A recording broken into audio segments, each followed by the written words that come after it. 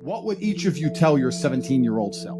What would I, stop wasting your time. So I was 17, I was working at a fast food restaurant making sandwiches. Now, the internet didn't really exist as such, but looking back on it, it was part of my journey. And I regret nothing because I ended up where I am. So would I even go back and tell myself anything is the question. If I had to, it would be to not burn so much of my time. Let's talk to the 17-year-olds who are listening. You know, do you finish your job, come home, play video games, etc.? That's what I used to do when I was 17 a little bit. What I didn't do is come home and think, okay, fuck, let's work on something new. Let's try and build something. Let's start a YouTube channel. Let's start creating content instead of consuming content.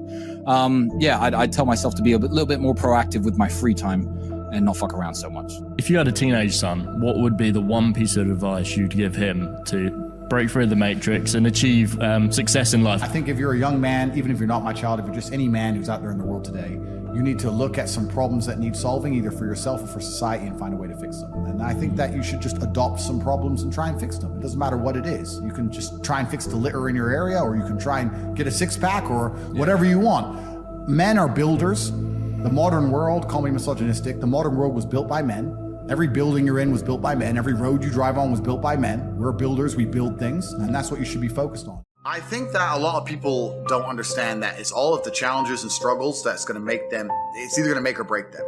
It's how you look at the problems and how you use them to fuel you. So what you have to do is frame it inside of your mind and understand that all of those problems are going to allow you, give you the fuel and the unlimited motivation that you need to become a successful and beautiful individual if you frame it in the right way. If you take a man and give him a life shielded from problems that he never has any to face, I guarantee you he's terrible at being a man. The best men in the world have gone through shit. That's why women love scars, because it didn't kill you. That's the whole point of it, right? So the best thing you can do as a man is look and go, okay, this is hard, this is hard, this is hard, this is hard. I feel negative because these are all so difficult. I'm struggling with X, Y, Z. Let me internalize all of that and turn it into a superpower. Let me become genuinely uncomfortable with my situation in life and go and fix things. Because, like I said, the universe is absolutely and utterly very giving. And if you truly hated being in the position you were in, you wouldn't be there very long. So I think that the number one problem with the world today, and the biggest problem that men face, isn't the problems themselves. It's just the way that they are been taught to mentally frame issues. People think when bad things happen to them that somehow they're a victim to the universe and bad things only happen to me and this is so terrible. They don't understand that bad things happen to everybody, and the most successful person you know had all those, probably maybe even worse, at least the same bad things happened to them. They just framed it differently and used it. That's the difference. So I don't pray for an easy life. I pray for a life of difficulty that allows me to become a better and better person. I pray to become more competent to handle problems. I pray to put myself in a position where if the mass media machine attempts its very best to destroy my life, I can laugh and smile from my villa in Dubai. This is who I pray to become. I don't pray that nobody hurts me. I pray to be able to fight. So it's just a different mentality. I think a lot of people build their mindsets around trying to feel good. So that's why we were talking earlier about people who want to ignore the idea of personal responsibility or self-accountability, because they feel better if they pretend it's not a real thing. They feel better if they pretend everything's someone else's fault. A lot of people's mental model and how they view the world is based around them feeling as good as possible. So when you sit there and talk to somebody who has the mask on and they refuse to believe the elites are laughing at them, it's not because they can't comprehend the ideas. It's because they feel better if they don't believe that they are a clown to the elites. I feel better if this is really all innocent and it's really all about a disease. So people are basing their mindsets around trying to feel good. I have always tried to base my mindset around absolute competence, regardless of how I feel. And there are certainly disadvantages to that. There are times you're going to be a lot more pessimistic, or you're going to be a lot more stressed, or a lot more, pissed off about certain things than others. Yeah, that can be seen as a downside. But like I said, I use all of those things for unlimited motivation to propel my endless upward trajectory. But if you construct a mindset that allows you to be as competent as possible, as opposed to feel any different or feel better, then you're going to naturally come to the conclusions I've come to. You're as competent as possible if you believe you can affect absolutely everything about your life. You're as competent as possible if you believe absolutely everything that's happened to you, whether good or bad, is completely your fault. You're as competent as possible if you believe the bad things that happen to you are going to allow you to work harder and become even better. When bad things happen to me, the first thing out of my mouth is good. Good. Good. That's just my response. Good. Good. Good. Now I'm really pissed. I think that's what the average man really needs to struggle. And I've been saying, this has been my message for a very long time in all realms. I've said for a very long time that life for the average man is going to get harder and harder. It's becoming more and more competitive. You need to find more and more ways to stand out and be unique. And the only way to really do those things, unfortunately, as a man, is to suffer. And that's one of the reasons I'm kind of glad that God put me in jail, because if you look at anything that builds a man into a man, there's a degree of suffering. It's very hard to become a man and have a man who's respected and has stories and is capable when he only had a nice life and nice experiences. It's usually the things that made you the best version of you are usually the worst things that happened to you. So the demons I carry from jail, the fact that I can't sleep, I've had girls say to me, you can't sleep, you need to see a psychiatrist. And I said, absolutely not. I would be furious if a psychiatrist walked in here and took my demons from me. I don't care if they could fix me with a click, they're mine. And they were bestowed to me by God. And they are mine to deal with, and they are mine to fix, because that's how I become a better version of me. I would be furious if someone took them away from me. I'm glad I can't sleep. Good, I can train endlessly. That's why I'm bigger than I've ever been. I'll train I'm not gonna waste a minute.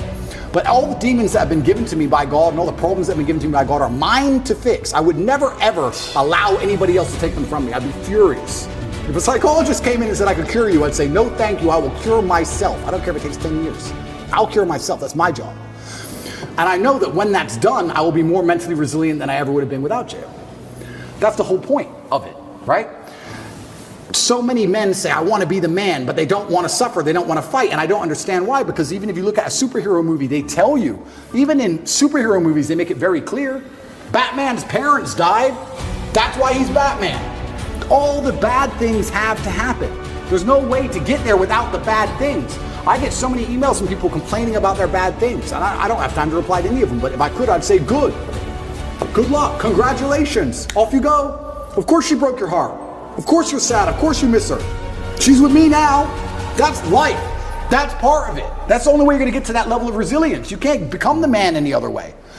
So yeah, I thank God for everything bad that's ever happened to me and all the demons. And you decipher it and you work out the best way to deal with it and you internalize the good parts and you become a better and stronger and more resilient person for it. And that's why if you're a man and you're waking up every day and you're not trying your very best to be important or upgrade yourself or upgrade your character, or you're lacking motivation, then you have a serious problem, because it is your job to be capable of dealing with the insurmountable pressure which God is going to put upon you, so that when you suffer, everyone around you does well. Our lives are set up that even if they throw us in a dungeon today, everybody we love will be okay forever. And that is what's most important. That's the most important thing. That's success. And that was absolutely comforting in jail when we discussed that and we said, everyone we love is okay. You and I just have to make it through this. And that's absolutely and utterly comforting. And if you're a man sitting at home right now, you need to sit and say, okay, if they plucked me from my life, if they picked me up and threw me in a room and locked me in a jail cell, Which can happen. which can happen to anybody, especially as they continue these matrix attacks on masculinity as a whole, would your wife have a roof over her head? Would your children eat? Would your family be okay? Think about these things. This is what you're working for. You're not working to make money so you can buy a Lamborghini. You're working to make money and you're thinking outside of the box and you're becoming your best version of yourself, so all the people around you will always be okay no matter what happens. It is your job as a man to suffer. And we did our job fantastically, absolutely and utterly, as we should. We always will. And we always will. And everybody around us was okay. And that is extremely comforting in times of hardship, because we're built for suffering. We were absolutely and utterly built for suffering. No matter how close I came to crying inside of that jail cell, I knew all the people around me were safe and all the people around me could eat. And that's all I cared about. I used my phone calls. When I would call other people and they were asking me how I was, I'd say, we don't want to talk about me. How are you? Are you okay? Are you okay with the media pressure? Are you okay? Are your bills paid? Do you have money? Can you eat? I'm in a jail cell in Romania. I'm making sure that everyone I love is okay. I don't need them to sit and worry about me. I worry about them. I sat in a jail cell making sure I could fix the problems for the people I love outside in the free world from a dungeon. That is what a man does. And you must prepare and set up your life for that. You must be prepared to be plucked from life. And understand that everybody around you who once relied on you will still be relying on you, even when you sit in that jail cell. It's still up to you. You are still the man of the household. You are still the top G of your life. Only you. And if you don't pay the bills, who's going to do it? Your wife's just going to what? Go get a job, get like 5 jobs and raise your kids? How's she going to do that? You must be prepared for these things. That is what you're working for. So if you wake up every day as a man, and you say, I don't have motivation to become strong. I don't want to work hard and get rich. I don't want to try and become financially free. What you're saying is that the second you disappear from your matrix controlled job, everyone who loves you and respected you and relied on you is going to starve. How can you live that way as a man? Absolutely and utterly unacceptable.